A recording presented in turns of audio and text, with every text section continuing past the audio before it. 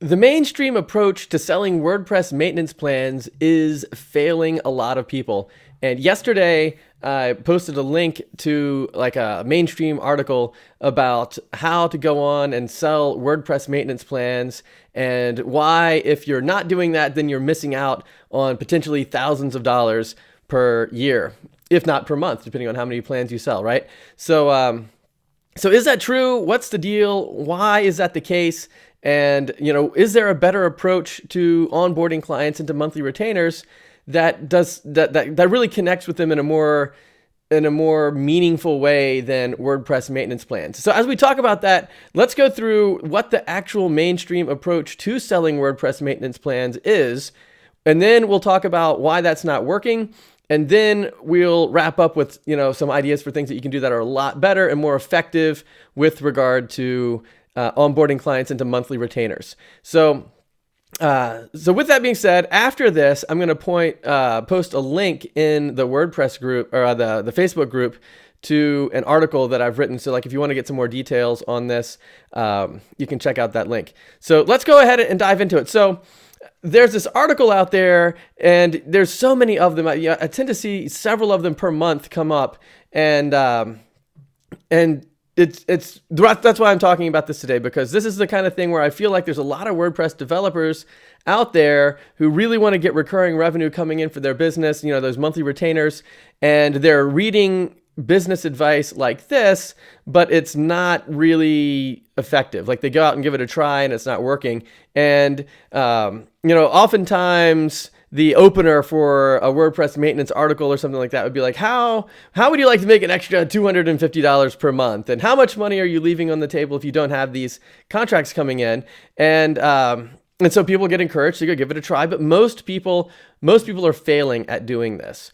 And not only are they failing at doing it, but in addition to that, it's getting worse. Like the problem is becoming more and more exacerbated over time because of, really for several reasons, but we'll dive into that. And so the reason I wanted to bring this out is because not only is it an issue now, but it's an issue that's continuing to get worse. And the issue is that you need to update WordPress sites. There's no question about it. There's absolutely no question that if you're building WordPress sites for your clients, they need to be able to be kept healthy, up to date, fresh, all of that stuff. No question about it. And if you're not doing it, the client should be doing it. If the client's not doing it, they should at least be hiring some other third-party service to do it. This is just one of the things that goes along with building WordPress sites. And the interesting thing is it's not really part of the equation if somebody's on Wix or Squarespace or Weebly or one of those hosted platforms. You generally don't have to do very much with regard to keeping the site healthy, like updated and in terms of the software, the plugins, and that kind of stuff that's running, because the hosted platform does all that. So if you're migrating somebody from Wix, for example, into WordPress, then what you're going to find is that this WordPress maintenance issue is a roadblock. It's a hurdle. It's an obstacle that you have to overcome when you're moving somebody from a platform like Wix into WordPress. Now, granted, WordPress is a much better platform than Wix is for a large number of people, but not for everybody. It's not better for everybody. Some people actually prefer the Wix platform because, like, for example, my daughter's piano teacher, she needed a website, spun up a Wix website on her own, basically for free. She spent like a Saturday afternoon doing it, and it's great. That's all she needs. She just needed like a little website. So like if somebody, on her business card, or she's at meet somebody who wants a piano lesson, she can send them to her website, and there's a little contact form on there. It's a couple of pages describing how the lessons work, and that's it. And it's great. That's all she needs. And so to migrate her from Wix to WordPress, where she now has to pay some sort of, monthly maintenance plan, is a bad deal for her because she doesn't need it. The Wix site's fine. She's not really trying to do a bunch of SEO or anything like that. She doesn't really care about owning the content because there's not very much content there. She doesn't really need a lot of e-commerce features because she's not doing any e-commerce. Like all the things that you can do on WordPress that are better and more powerful, she's not really exercising any of that. And, trying to, onboard her to a different platform like WordPress that involves that monthly retainer is going to be a big problem for her. It's a bad deal, and she should say no if somebody were to offer that to her. And that's kind of where the problem is. That's a big issue with moving over to WordPress. You have to be able to realize and to exercise those added benefits in order to make the platform a worthwhile platform for your clients. And we're going to get into that a little bit later in this conversation. But I wanted to bring that out up front because that's one of the critical components to the better way to onboard clients into monthly retainers. And so, but here's where the irony really comes in. The irony is most of the time when people say you need to onboard clients into monthly retainers, do WordPress maintenance, plugin updates, security patches, that kind of stuff, they say another reason why it's a really good idea to do this is because you can begin to implement what they call value-based pricing. And what that means is you price the service, your security maintenance services based on the value to your client of the service rather than any sort of hourly rate for your time or something like that. And so, but it's very ironic. And here's why it's ironic. The irony is there is almost no value to the service. Like we were just saying, like in the context of my daughter's piano teacher, paying for those updates there's no value there. But what people generally say, like if you're out there reading articles that talk about onboarding clients into maintenance plans, then and it begins to dive into value-based pricing, what the articles are going to say is, hey, if you've got a client and the clients say they're making a couple $100, $500 or whatever a day on their website, and then the site goes down, and who knows how long it's going to go down. So however many days it's down is another $500. So wouldn't it be awesome to have a maintenance plan that sort of is insurance against that sort of catastrophe? And so wouldn't anybody pay, $100 a month or whatever, or $250 a month in order to avoid potentially losing thousands of dollars if the site gets hacked or goes down or something bad happens? And so even though it might only take you an hour or two per month to really maintain the security, that, and maybe you charge $50 an hour or whatever. And so maybe it's really only like $100 worth of your hourly time. You could charge $250 for it because, your client doesn't want to lose out on the downtime, basically.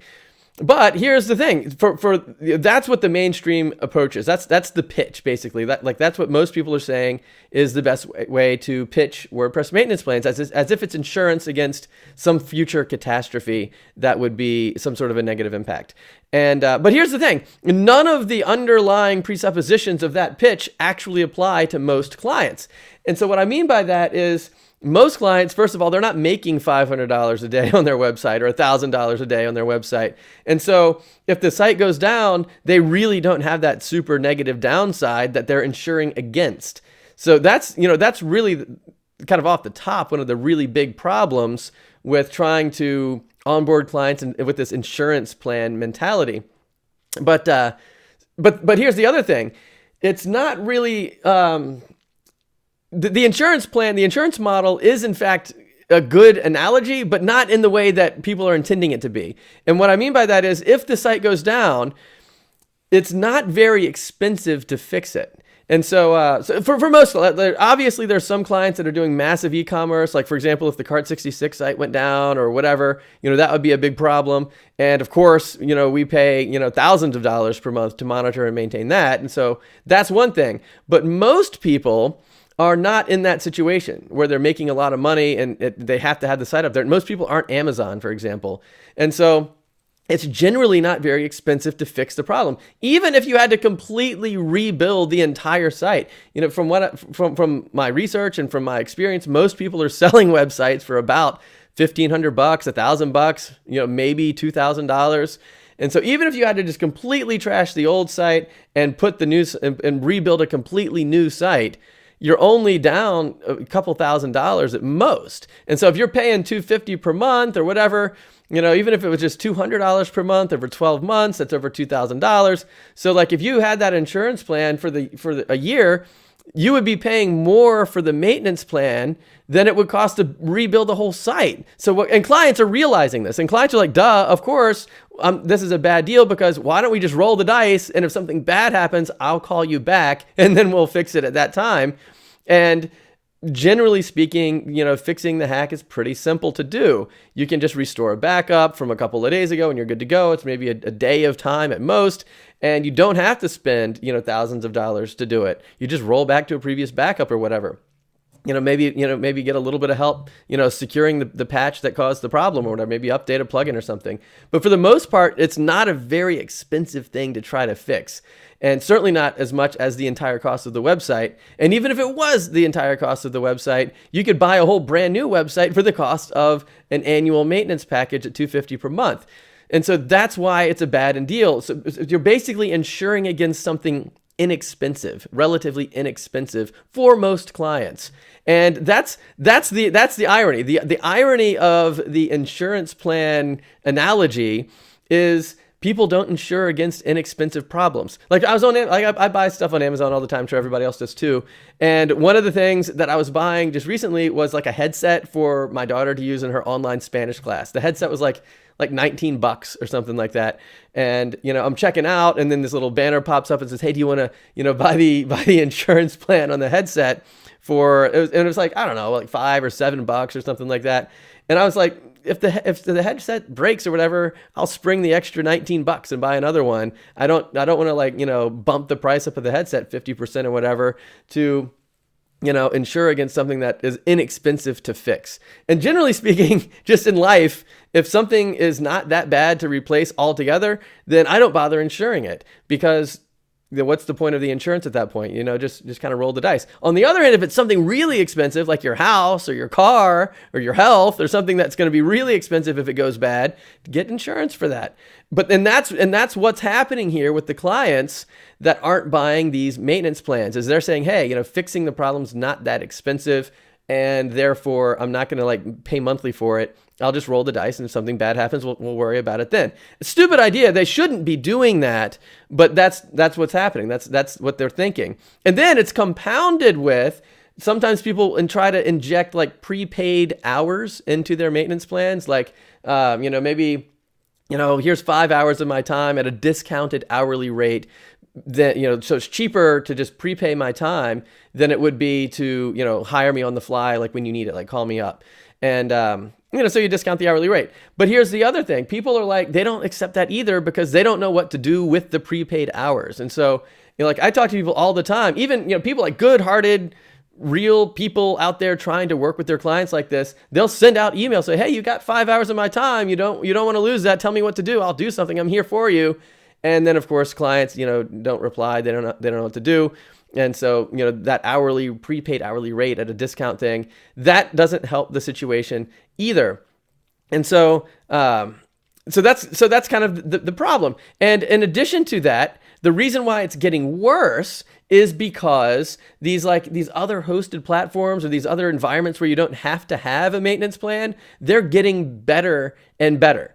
And so what that means is the pull from Wix or whatever into WordPress is getting more difficult because the Wix platform is beginning to chip away at some of the introductory level type features that people might be using in WordPress. And then on top of that, you've got this monthly maintenance thing that you gotta worry with if you're in the WordPress environment. And that's another reason why it's getting worse. Another reason why it's getting worse is there's this WordPress service businesses out there where for a really low price, they can get that monthly service. So instead of paying you $250 per month, they can go over to one of these businesses that all they do is WordPress maintenance and get the same thing for $75 a month or $50 a month or something like that. So there's competition with regard to this maintenance stuff. So rather than hiring you at this high ticket price for maintenance, they're just going to go over to one of these other companies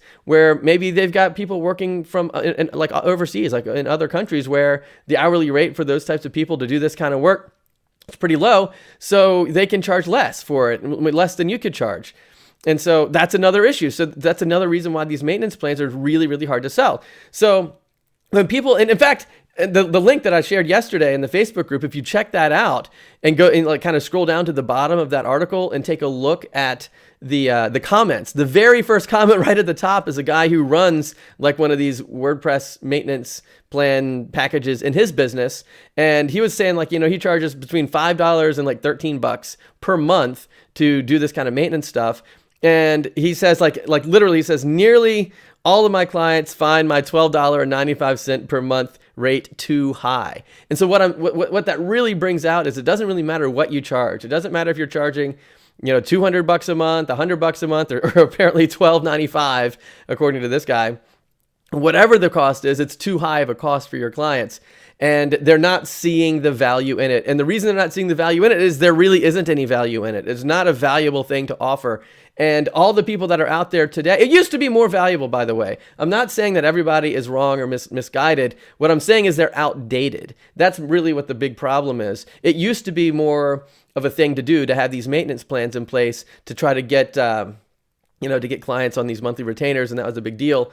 And while the service is still important, the business model of doing that is fundamentally changed at this point because of what we just said, because those hosted platforms don't require it, which makes it hard to get people in WordPress in the first place, because there's other businesses that specifically do WordPress maintenance as like all they do, and they're cheaper. So that's making it harder.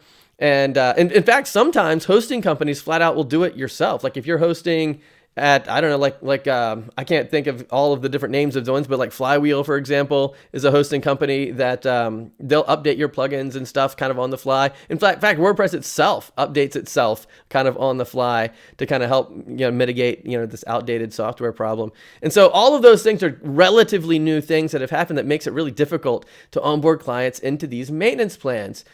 But here's the thing. If you're not onboarding clients into some form of monthly retainer, then yes, you're definitely missing out on a critical aspect of your business, because you can't just do individual websites anymore. You can't do what I call client hopping, where you build a website for a client, launch it, and then hop to the next client, build a website, do it all over again.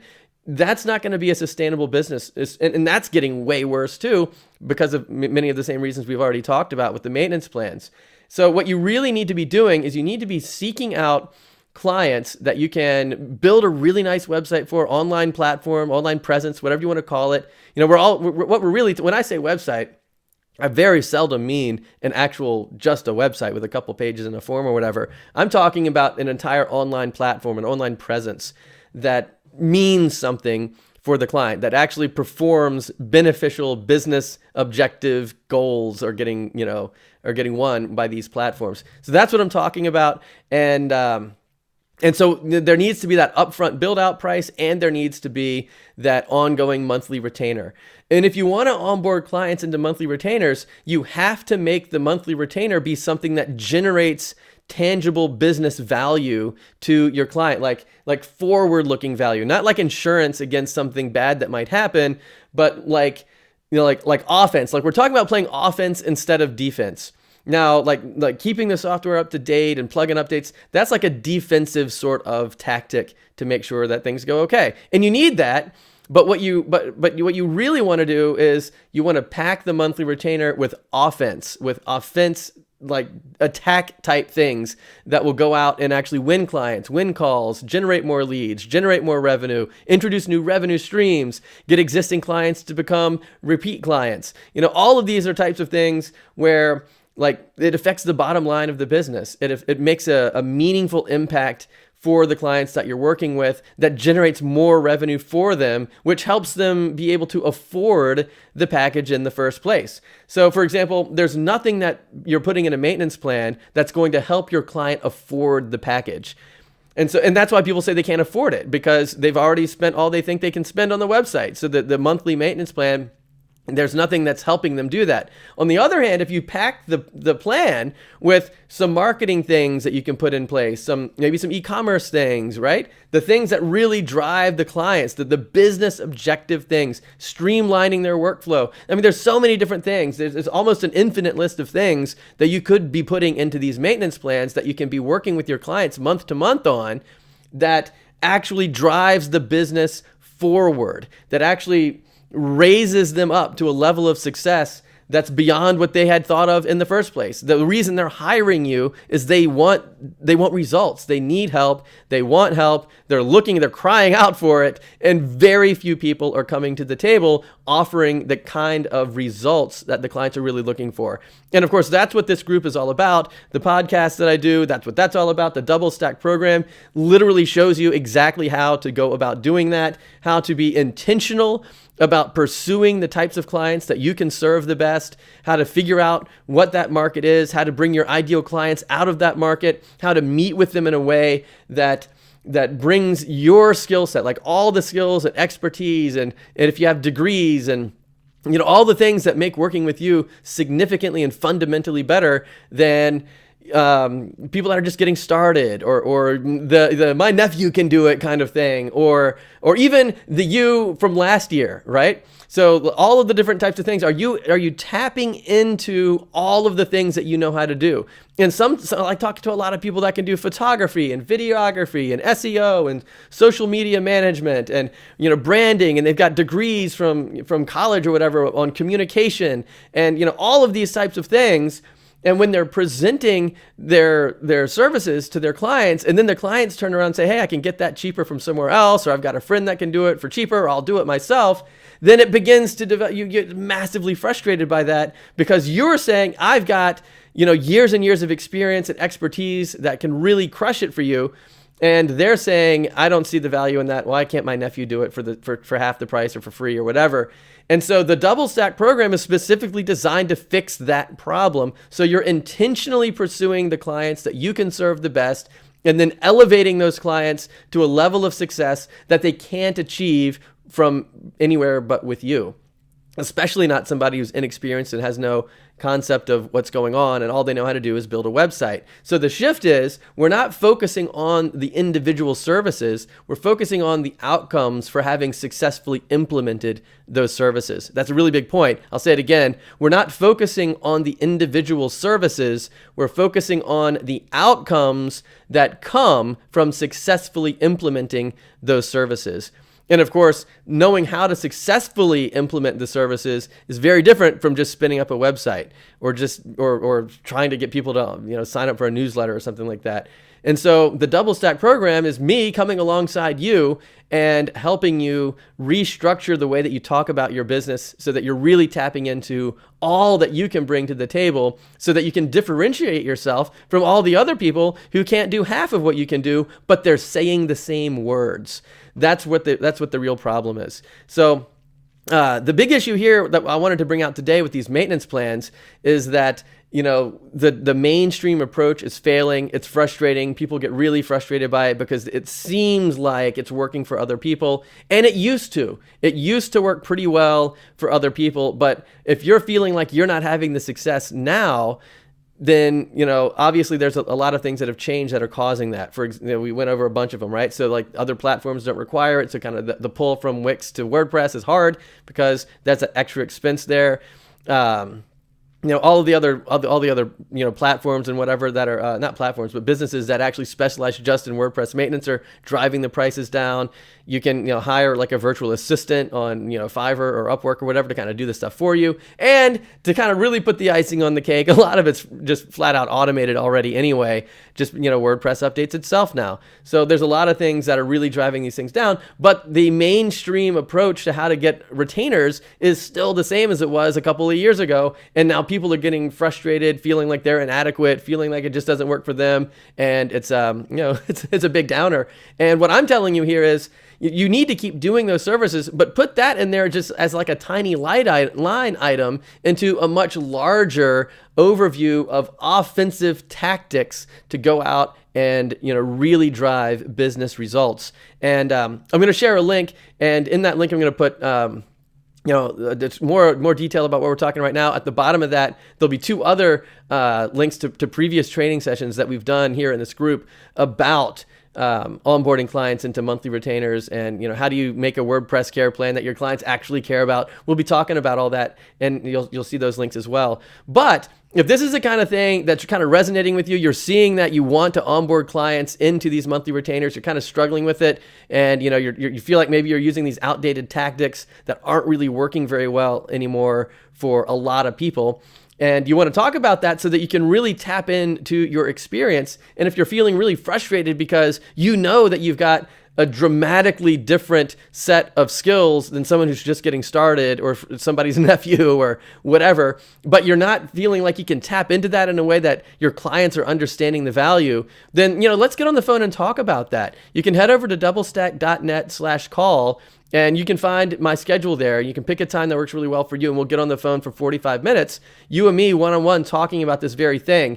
And if it turns out that you want my help implementing some of the stuff that we come up with during that call, then awesome. And we can talk about working together. Maybe the DoubleStack program is a good fit for you. And people are having awesome results. Like, I've been working with people who the very first professional site they've ever sold in their lives is over $5,000 with these monthly retainers for $500 to $1,000 a month or more built right into it. And if that's the kind of thing that you want to put into your business, then let's talk about doing that for you. On the other hand, if you don't really want that level of help, and you just want to talk for 45 minutes and kind of get your bearings straight, that's totally cool too. So head over to doublestack.net/call and pick a time, and then we'll get on the phone and sort all this stuff out for you. So I'm going to go ahead and put a link to the article I was just talking about that's in the DoubleStack blog, where you can see some more information about all this.